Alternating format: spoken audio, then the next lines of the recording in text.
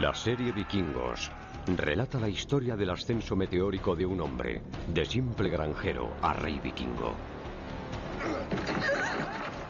Basados tanto en la historia como en las leyendas, los episodios reflejan tanto la brutalidad como la humanidad de los vikingos. Pero ¿dónde acaba el mito y empieza la verdad?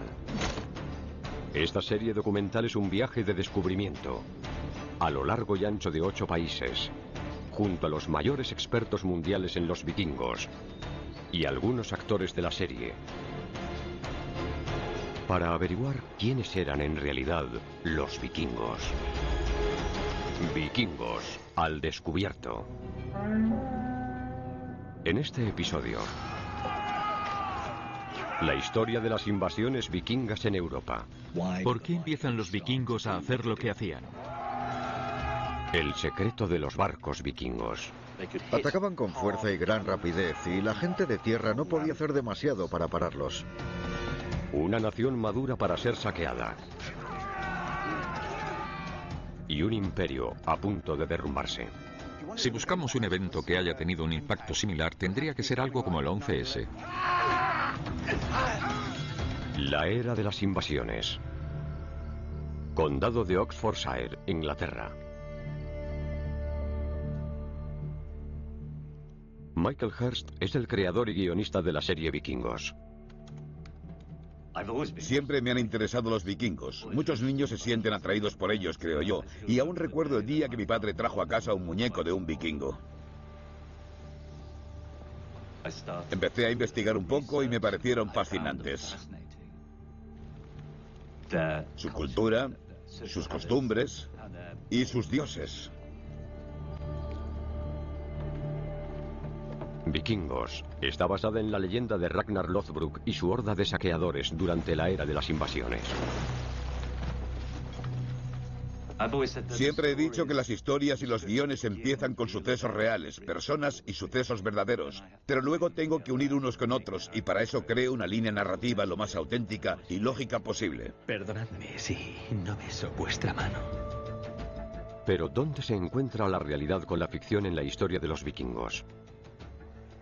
¿Y qué sabemos verdaderamente de las invasiones vikingas que transformaron Europa y consolidaron la leyenda de los nórdicos?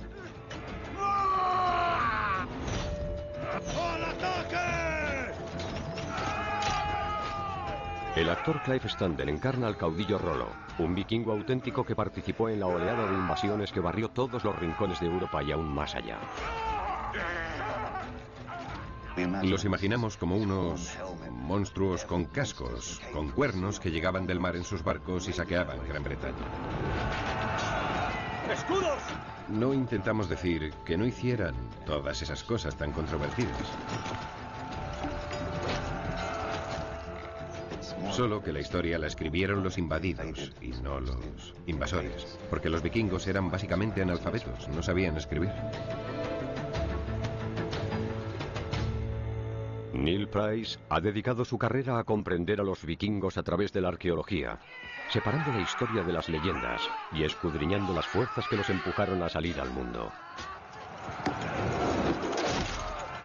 Una de las cuestiones fundamentales del estudio de los vikingos es ¿por qué empiezan los vikingos a hacer lo que hacían? ¿Cuándo empieza la era de los vikingos tal como nosotros la concebimos? ¿Qué es lo que impulsa a ese pueblo a salir de Escandinavia? ¿Fue el clima? ¿Empeoró el tiempo y las condiciones ambientales en Escandinavia? ¿O tuvo algo que ver con las luchas de poder internas y algunos se marcharon al exilio? Ciertamente esto fue un factor, pero no el único. Otro de ellos fue sin duda la tecnología. El desarrollo de una nueva técnica de construcción de barcos que simplemente hacía posible esas travesías. La construcción es diferente. Está hecho con una plancha central fuerte. ¿Crees que aguantará largas travesías? Para eso lo estoy haciendo.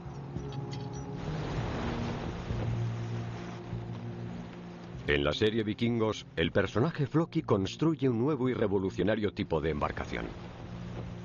¡Te dije que podía hacerlo! Y fue un enfoque radicalmente nuevo de la construcción naval que los auténticos vikingos dominaban, lo que los impulsó lejos de Escandinavia, desatando la era de las invasiones. El barco vikingo clásico es una obra maestra de la ingeniería. Puede navegar por mar abierto, pero también subir por los ríos. Posee una vela perfectamente adaptada a esas circunstancias, muy manejable, fácil de arriar. Lo que significa que la tripulación puede pasar de manejar un velero a llevar un barco de remos en muy poco tiempo. Es una herramienta formidable. Escandinavia, Dinamarca. A finales de la década de los 50 del siglo XX, los arqueólogos descubrieron cerca de Roskilde, en Dinamarca, 5 barcos vikingos en un extraordinario estado de conservación bajo las gélidas aguas de un fiordo. Ahora esas naves sirven de modelo para una creciente flota de réplicas, construidas a mano con las mismas técnicas y los mismos materiales que empleaban los vikingos.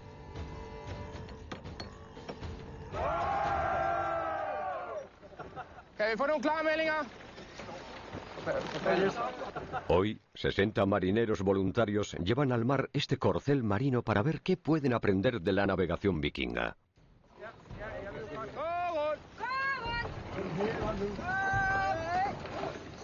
El arqueólogo Ben Raffield se especializa en la cultura guerrera de los nórdicos y ha venido a Roskilde a ver en persona cómo lograron estos barcos transformar a los vikingos en el pueblo más temido de la Edad Media. En mis estudios me centro principalmente en los aspectos sociales, de los vikingos en general, pero sobre todo en las situaciones de conflictos y guerras. Y es la coordinación de la tripulación, además de la tecnología, lo que asegura que puedas sacar el máximo del barco en un momento dado. Sí, tanto en velocidad como desde el punto de vista de la seguridad es muy importante que todos actúen a la vez. En realidad, al experimentar esto, te haces una idea de cómo pasar un tiempo prolongado en un espacio tan confinado como este puede servir para unir a un grupo.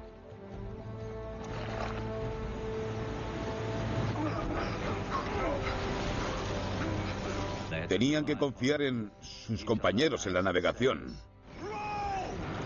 y en la lucha. Y creo que todas esas cosas ayudaron a establecer una cohesión social muy significativa que hacía que fueran aún más poderosos. ¡Seguid remando! La noción de ser una unidad fuerte cuando arribas a tierra firme y quieres luchar contra el enemigo, todo eso, en mi opinión, es algo crucial, estar unidos y pelear juntos. Escandinavia, Gran Bretaña. A finales de la última década del siglo VIII después de Cristo, pequeños grupos de saqueadores bien armados alcanzaron las costas de Inglaterra.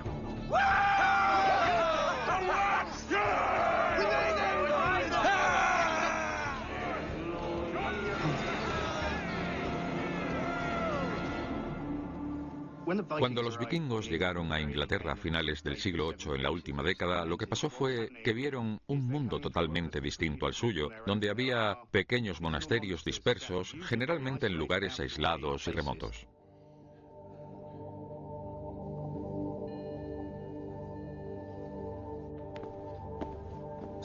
Aquí estamos en el presbiterio de la iglesia de St. Paul, que aún sigue funcionando como iglesia 1300 años después de su creación y que fue el primer edificio que se construyó aquí, cuando llegaron los monjes. No temáis. Confiad en Dios y vamos a orar. Pero, ¿cómo sería esto entonces? Los muros estarían encalados y estaría ricamente adornada. Este es el sitio en que tuvo lugar un conocido ataque vikingo hace 1200 años.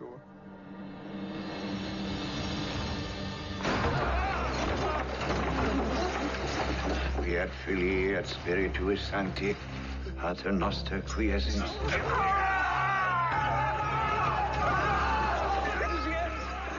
Los vikingos agresores entrarían en la iglesia y tal vez encontraran a los monjes encogidos, aterrorizados.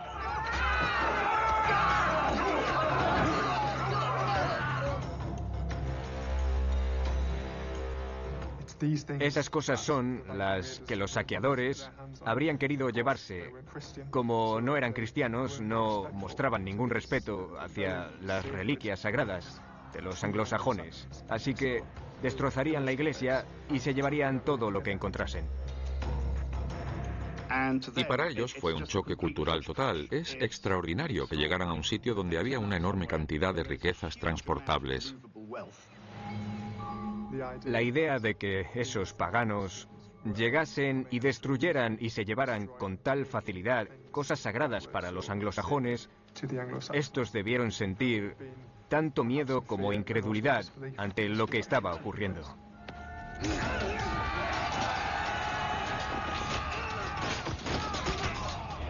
Vikingos al descubierto.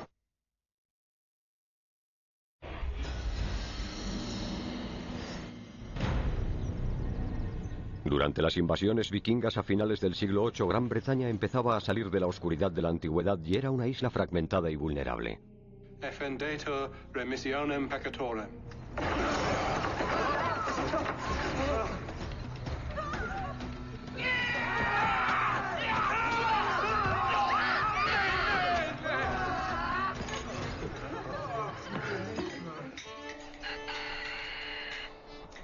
Al norte de Inglaterra, a las afueras del actual Newcastle, se halla Beatsworld, un pueblo anglosajón reconstruido que transporta a sus visitantes hasta el medievo.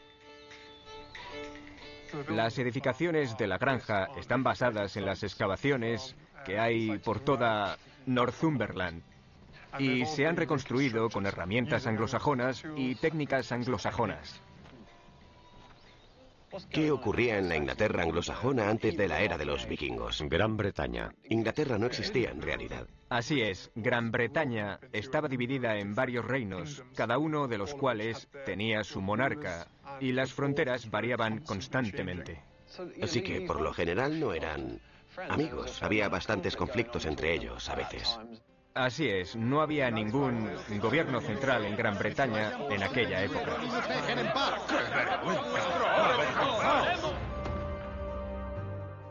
En la serie de ficción, igual que en la historia real, a principios del siglo IX, Egbert es uno de los 7 reyes que compiten por el control de Inglaterra, aún antes de que ésta existiera. El personaje del rey Egbert en la serie es lo que pone en contacto al espectador con la Inglaterra anglosajona, su política, su cultura, y muchas de las cosas que se ven en su corte son un reflejo totalmente certero de los reinos anglosajones y las relaciones de unos con otros y con su pasado. Egbert quiere ser rey de Inglaterra y él planta la semilla de la idea de que habrá una nación llamada Inglaterra y que será gobernada por una familia, y en dicha familia el poder pasará de una generación a otra, una idea totalmente nueva.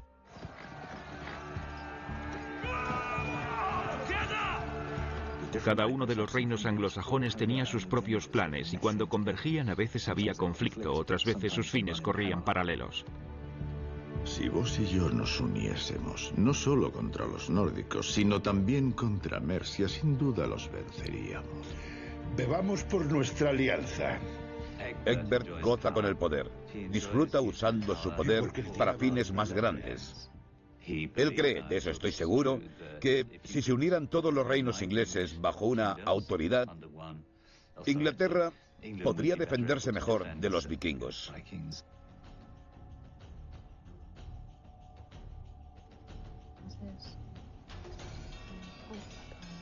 Dentro de la Biblioteca Británica en Londres, la historiadora Claire Donham ha encontrado importantes documentos de hace 1200 años que describen los planes de la más temprana resistencia anglosajona contra los vikingos. Dime lo que tenemos delante. Vale, este es uno de una serie de documentos procedentes de Christchurch, Canterbury. Y esto es una cesión de tierras que data del año 811. También se refiere a las fortificaciones de las fortalezas y también de la construcción de puentes contra los paganos. Y este término, contra paganos, es muy interesante porque los identifica claramente como el mayor peligro para esas tierras. Y la clase de actividades indica además cierto nivel de organización militar ante los ataques vikingos. Tendemos a ver esa época, los comienzos de la era de los vikingos, como una en que los vikingos llegaban y lo saqueaban todo. Sí. Y pensamos que los sajones no intentaban responder, pero ya debían poder defenderse y hasta actuar a la ofensiva contra los invasores. Sí, exacto. Había una defensa organizada y coordinada.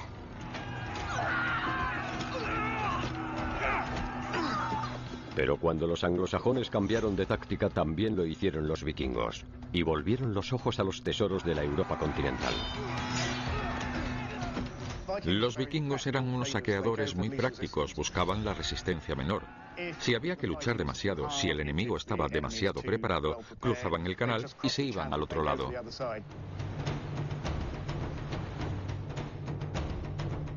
Para los vikingos, el Imperio Franco ofrecía una gran abundancia de opciones.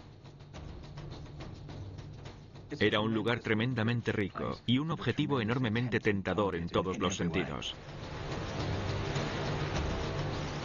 Los vikingos están a punto de desatar un infierno en Francia, la superpotencia de la Edad Media.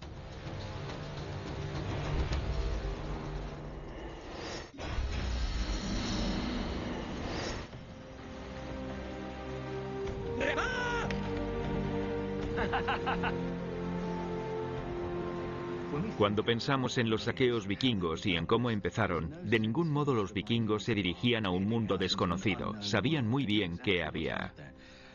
Y en realidad su atención se dirigió principalmente al sur, al Imperio Franco. Una de las grandes superpotencias de aquella época con sus ciudades, sus mercados. Así que en realidad había un montón de riquezas entre las que elegir. En la actualidad, la ciudad de Aachen está en Alemania Occidental. Pero durante los siglos 8 y 9 era la sede de uno de los mayores palacios del cada vez mayor Imperio Franco. Y no ha habido estrella más brillante que el poderoso Carlomagno, que gobernó a los francos desde el año 800 hasta su muerte en el 814. Carlomagno impulsó a su alrededor un renacimiento del arte, de la literatura. Formó una corte rutilante, una corte que, para alguien como Egbert, que llegaba de Wessex, sería impresionante. Había edificios hechos de piedra, había palacios de 500 metros de anchura. Ahora vamos a llegar a presencia del mismísimo Carlomagno. En efecto, tal vez sea la imagen medieval más famosa de Carlomagno, y dentro hay un fragmento de su cráneo. En el año 814, Carlomagno ha muerto por fin y estamos aquí delante de su ataúd, un sarcófago romano reutilizado, digno de un emperador. Y las cosas empiezan a salir mal. Tras la muerte de Carlomagno, las rivalidades internas sumergen el Imperio Franco en una guerra civil. Como solía ocurrir, la crisis de Francia se convierte en la gran oportunidad de los nórdicos, que una vez más se preparan para invadir.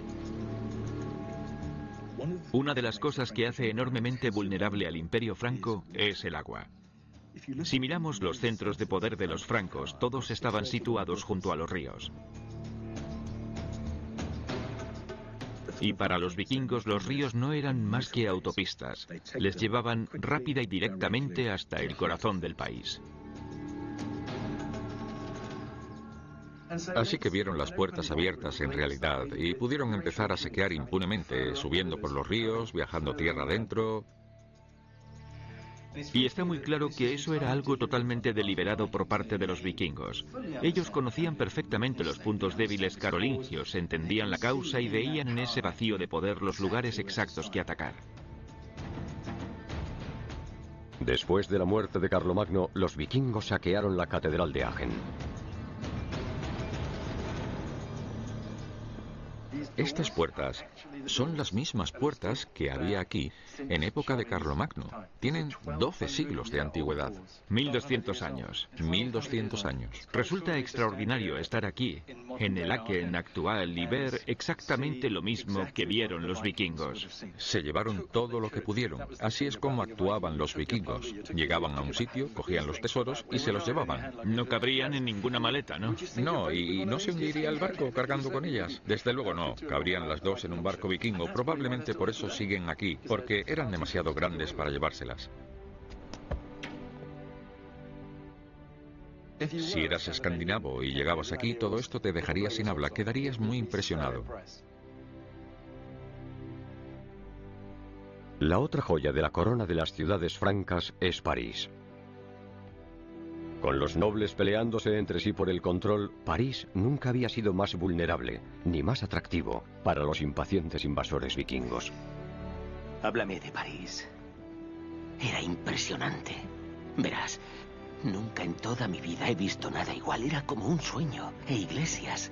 ¡Qué iglesias! En la tercera temporada de la serie, eso es lo que empieza a tramar Ragnar. Oye hablar de París, esa ciudad de fábula, y para él es, tal vez, el objetivo definitivo. Es un reto. He tomado una decisión. Y este año atacaremos París. ¿París? ¿Por qué no nos habías Los dicho nada de documentos eso? históricos de aquella época describen a Ragnar como el líder del asedio. Jamás ha intentado. A Ragnar, oír que había lugares casi inimaginables le estimulan, desde luego, y le interesa.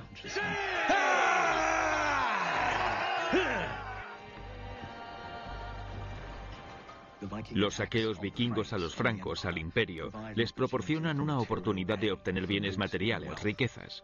Pero para los vikingos había otras cosas igual de importantes, como es la oportunidad de acrecentar su estatus, aumentar su fama.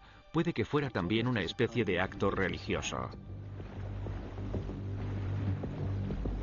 Los vikingos tenían la creencia de que el destino de cada uno estaba escrito desde su nacimiento. Lo único que podías hacer era esperar que los dioses hubieran planeado darte una muerte heroica en una batalla, porque la mejor muerte para un vikingo era morir luchando. Así iban al Valhalla. Así que París es un buen sitio si querías ir al Valhalla.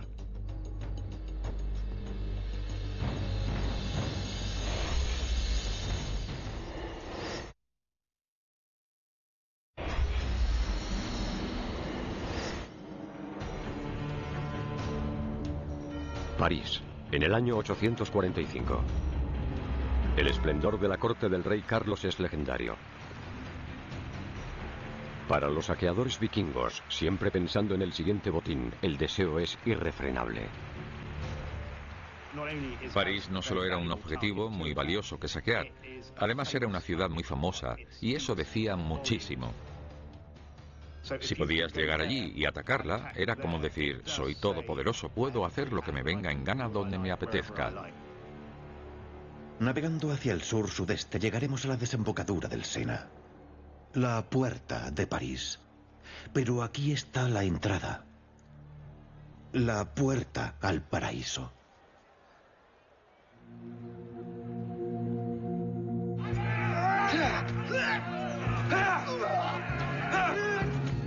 Desde el año 810, los vikingos empezaron a sembrar el terror en la costa septentrional de Francia. Era el comienzo de un siglo de invasiones que llegaron hasta el corazón de la Europa continental. En la serie, el ataque de Ragnar a París es el primer contacto de los vikingos con el Imperio franco. Pero es por necesidad. Lo que han hecho es comprimir por motivos dramáticos lo que en realidad fueron décadas de ataques vikingos cada vez mayores. Río Sena. En Oisel, al norte de Francia, se han hallado evidencias arqueológicas de campamentos vikingos a lo largo del Sena. Y después de irse... El actor Clive Standen, que interpreta a Rollo en la serie, ha venido a Rouen para ver dónde vivieron y lucharon los auténticos vikingos. En realidad hay relativamente pocos hallazgos escandinavos en esta región, y por eso hemos venido aquí, al Museo de Antigüedades de Rouen, para ver su colección. Nicola, ¿puedes hablarnos un poco de lo que vemos en esta mesa? Aquí tengo una selección de objetos vikingos de nuestra colección. Bien, para empezar, esta espada fue encontrada en Normandía en el siglo XIX, en Oisel, en un importante y famoso campamento vikingo invernal, junto al río Sena. Y si miras bien la empuñadura, verás la semiesfera del pomo, que es una forma típicamente vikinga. Es asombroso, la verdad, poder tenerla aquí. ¿Quieres coger esta espada? Porque te la puedo dejar. Vale, a ver, pon una mano aquí. ¡Guau! Y aquí la otra. Esto es algo que no se hace todos los días. Pesa muy poco. Es ligera, pero debe de ser porque está muy corroída.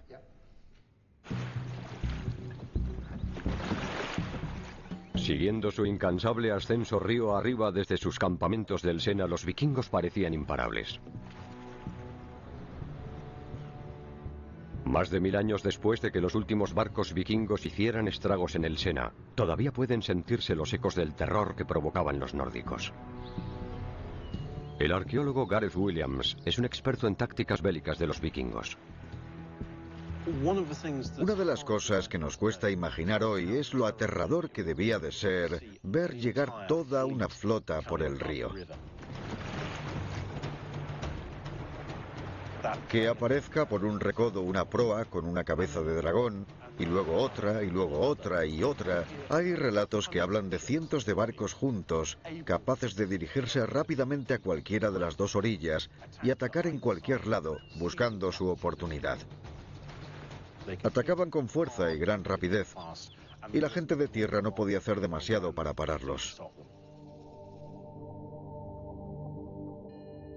Entre los vikingos y París se hallaba la Basílica de Saint-Denis, uno de los edificios más sagrados de toda Francia.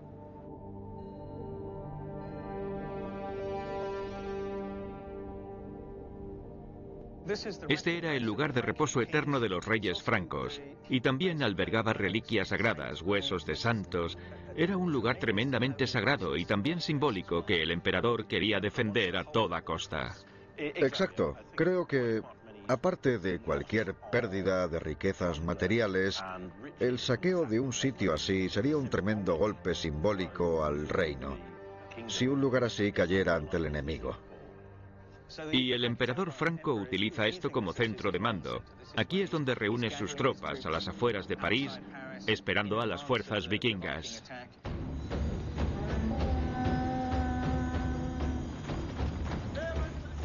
Cuando Ragnar ataca a Mercia en la serie, eso está basado totalmente en un relato del ataque vikingo en el Sena, cuando Carlos torpemente puso la mitad de su ejército en una orilla del río y la otra mitad en la otra. La batalla que tuvo lugar aquí fue, en aquel momento, el mayor enfrentamiento que había habido entre los francos y los vikingos. ¡Escudos! ¡Seguid remando! Según dicen, había 120 barcos subiendo por el Sena, lo que podía ser una horda de 5000 hombres. Sí. Y un número parecido mayor de francos, así que fue una verdadera batalla. ¡Concentrad todos los ataques en la margen derecha! ¡Todo a estribor! Había dos ejércitos, uno en cada orilla del río, y vemos a Ragnar decidir, bueno, evidentemente atacaré a los que son menos, y no solo tengo más probabilidades de vencer, sino que los hombres de la otra orilla me verán hacerlo.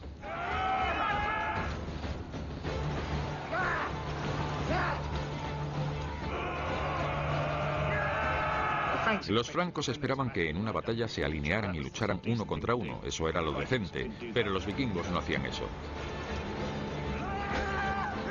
Cogieron a 111 personas y las ahorcaron en una isla situada en medio del Sena, delante del otro ejército, y los soldados entonces huyeron despavoridos, no me sorprende. Luego llegaron con las cabezas colgadas en los barcos, y el miedo es un arma tan útil como una espada, y a los vikingos les entusiasmaba usarlo cuando podían.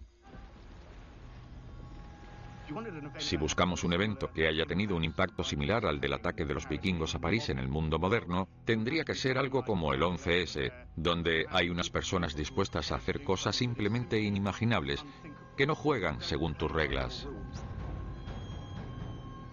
Ambos bandos perdieron mucha gente, pero Carlos conservó la posesión de Saint-Denis.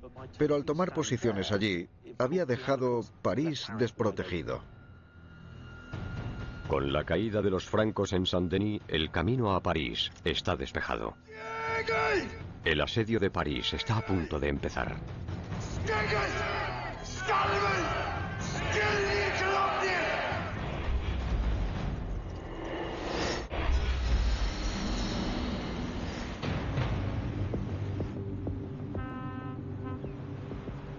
Estamos flotando en medio del Sena. Si fuésemos vikingos, habríamos venido bordeando la costa, siguiendo la costa de Europa, desde Escandinavia hasta la desembocadura del río, aquí. Y sabemos que para cuando llegaron aquí, a las proximidades de París, los vikingos ya habían librado bastantes batallas en su camino río arriba. Así es.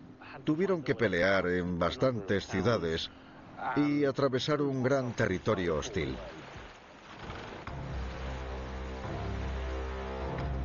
Había tantos navíos vikingos en el Sena que parecía un río de madera. Parecía que podías cruzar de una orilla a otra saltando de barco en barco.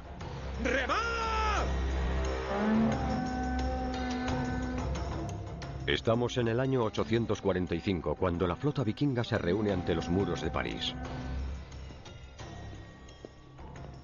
La ciudad estaba protegida por enormes murallas romanas. Por desgracia no existen en la actualidad. Por eso hemos venido aquí, a Le Mans, precisamente porque las murallas de esta ciudad sí han sobrevivido. Y nos ofrecen la posibilidad de saber cómo habrían sido las defensas de París. Desde aquí abajo se aprecia de verdad lo formidable que son estas fortificaciones. Sí, yo no querría tener que subir hasta ahí corriendo, y menos con gente tirándome cosas a la cabeza. Si estuviéramos en París, lo que veríamos aquí sería el Sena. Los barcos llegarían hasta la base de la muralla que llegaba hasta el agua.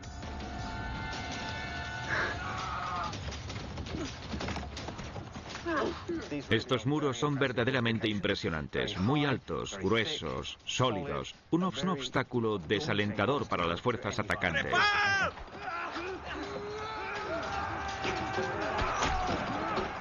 Tienen que escalar los muros, suponemos que con escaleras de cuerda y madera o algo parecido, y mientras la gente les tiraba toda clase de cosas desde los parapetos.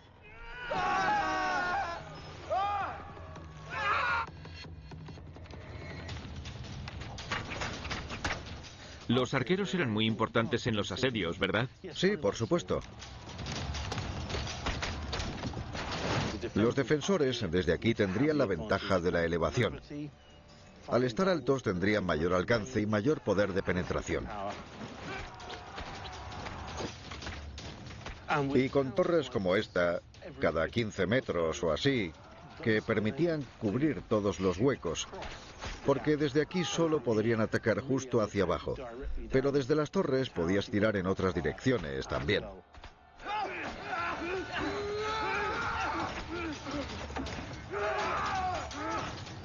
Si conseguían llegar hasta arriba, que ya era bastante difícil, antes o después aparecerían ahí entre las almenas y tendrían enfrente a un montón de francos furiosos dispuestos a impedirles el paso, y entonces entraban en escena el resto de las armas.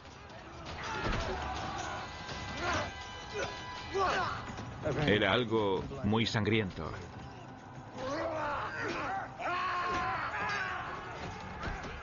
Superados en número y apabullados, los francos son aplastados y la ciudad saqueada.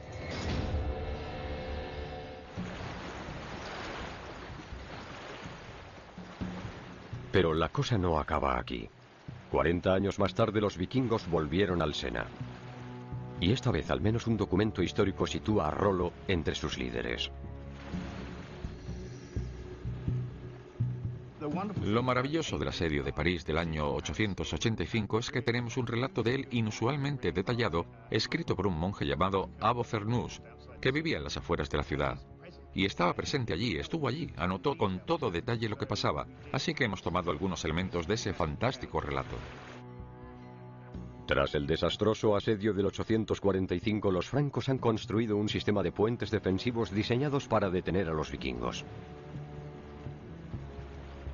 Mirando este puente vemos que, como los puentes modernos, está diseñado para permitir que los barcos pasen por debajo fácilmente. Esto es justo lo que intentaban impedir aquellos puentes. Eran más bajos, tal vez tuvieran incluso obstáculos en mitad del ojo para evitar que pudiera pasar nadie. Y si llegabas y lograbas pasar, no hacían falta soldados entrenados para dejar caer rocas sobre las embarcaciones de madera.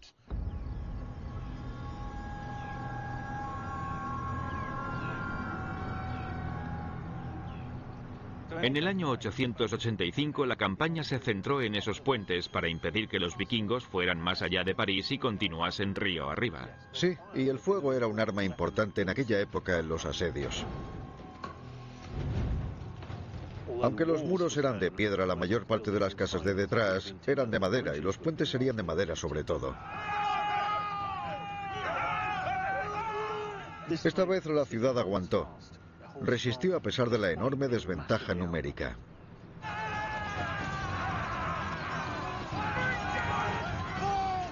Al final se cansaron de pelear y pararon. Y el final de la lucha, aunque suponga un anticlímax, fue que los francos pagaron a los vikingos para que se marcharan. Así que los dos bandos consiguieron lo que querían. Los francos mantuvieron su ciudad intacta y los vikingos se llevaron su botín.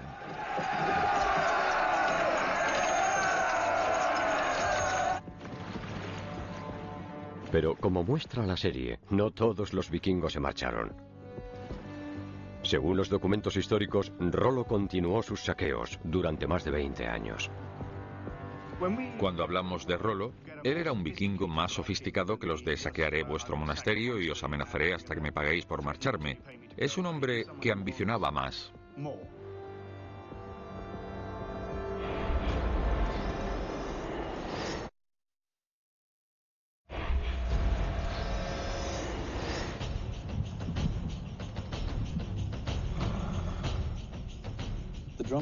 El personaje de Rollo de la serie es uno de los vikingos más famosos de la historia. Indudablemente una persona auténtica. Rollo es un nombre inglés, viene del francés Rollon. Es un hombre que había participado en saqueos durante décadas. Rollo, aquí nos quedamos dueños y señores. La mayor licencia artística que nos hemos tomado en la serie Vikingos es hacer a Ragnar y Rollo hermanos, porque no estaban emparentados y en realidad los separaron varias décadas. Pero son dos personajes estupendos de la historia de los vikingos y qué mejor forma de unir sus historias que hacerlos hermanos. Somos hermanos. Tú y yo siempre seremos iguales. Hermanos. Rollo podía ser un hermano envidioso. Y recuerdo que dije a Clive, casi al principio, aunque no te lo creas, al final probablemente serás el más triunfador. Desesperado por detener a los vikingos, el rey franco hace una propuesta a Rollo en el año 911. Quiere ofrecerte una amplia región del norte de Francia. El emperador te nombrará duque, el mayor honor que puede conceder. Así serás rico y también muy importante.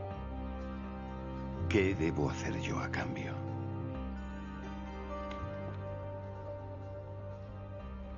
Neil Price y Gareth Williams han venido al Registro Nacional francés para ver qué documentos quedan del intento del rey franco de firmar la paz con Rollo. Bueno, lo que hay aquí es uno de los primeros documentos que registran la concesión de tierras a vikingos en Francia. Sí. Sí, es una carta del rey franco Carlos el Simple. Del año 918. Ahí está el propio Rollo, junto a sus compañeros nórdicos para la defensa del reino. Eso es lo importante de este acuerdo. Lo que hace es poner a un ladrón contra otro ladrón. Sitúa a unos vikingos en la desembocadura del Sena para impedir que otros vikingos asciendan río arriba. Río Sena. La tierra concedida está en el curso bajo del Sena, porque esa era la entrada del camino a París. Si dejamos a estos vikingos aquí, impedirán que otros vikingos suban por el río. 1100 años después de firmarse, este extraordinario documento es la única prueba que queda de que Rollo accediera a llegar a un acuerdo. Lo que vemos aquí es la esencia de la transformación de Rollo, de un saqueador vikingo pagano, a lo que llegaría a ser. En nombre del Padre, y del Hijo, y del Espíritu Santo. Amén. Poco después, el excaudillo vikingo se convierte al cristianismo. Tiene tierras, tiene poder, tiene estatus social y sobre todo reduce al mínimo los riesgos, consigue todas esas cosas sin luchar más. Rollo gobernaría una buena parte de la Francia septentrional durante casi 20 años. Hoy esa región se conoce como Normandía, o la tierra de los nórdicos. Rollo, c'est vos salut. J'avoue, salut. Catedral de Rouen.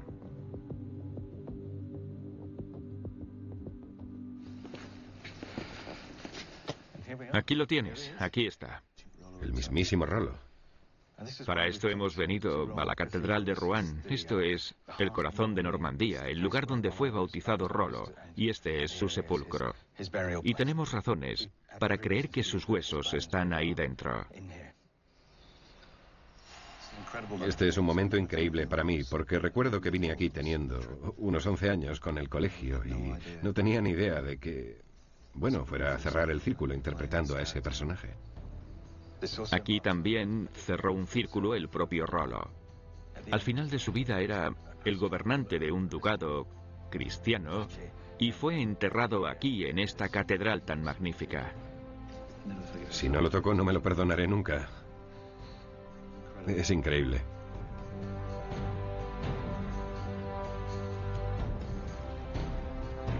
Las invasiones vikingas no terminaron con la muerte del poderoso Rollo. Durante los siguientes 150 años, los vikingos fueron conquistando y saqueando por toda Europa.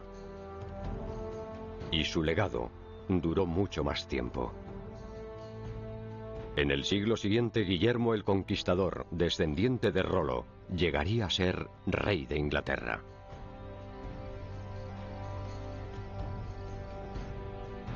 Estoy muy orgulloso de que esto sea tan auténtico como podamos.